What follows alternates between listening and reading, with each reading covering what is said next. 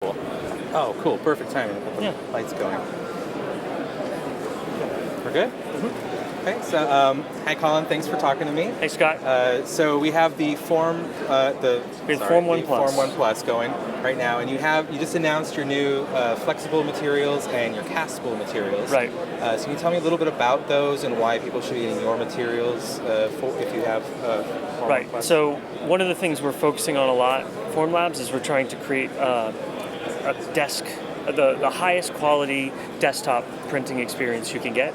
And as the Form 1 Plus has done so well and people are using our parts to create all sorts of stuff, we started to ask ourselves, how could we create the opportunity for our existing users to do even more? Well, the easiest way to do that is with resins. So people have been asking for a really long time since we launched for castable resin, and so we launched that this week. But we also wanted to show people that we were thinking beyond just specific one resin launches, and we're thinking about functional resins as a family. So now what we think about is how can we, it's just like when you get apps on your phone and all of a sudden your phone does exponentially more. That's the way we think about the Formlabs printer. So we have, actually, if you grab those parts from me right there. Sorry, this is not.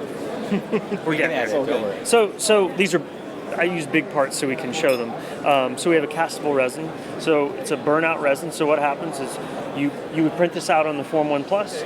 You yourself, or you would take it to a caster. You put it in a mold. This vaporizes, right? It burns out. There's no ash. So then the mold is completely clean. So you can pour in a metal. This is brass, and you can form your object. It's great for jewelry, but it's also great for metalworking or all sorts of other sort of creative endeavors. And then the second one is flexible resin, which we don't see a lot in this category. And what we think that's great for is all kinds of prototyping applications. You can make gaskets, you can make live hinges, you can make grips and holds and tactile interfaces. And the nice thing is it holds solid, but when you print it thin, it flexes and it returns.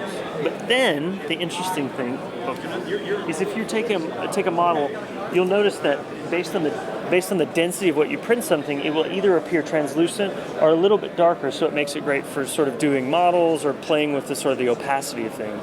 So we're really super excited to be able to launch a resin that hopefully will allow our users to experiment and do much more. Well, what we've done to this point is we've gotten the chemistry right, and we've sorted it out so it prints really well.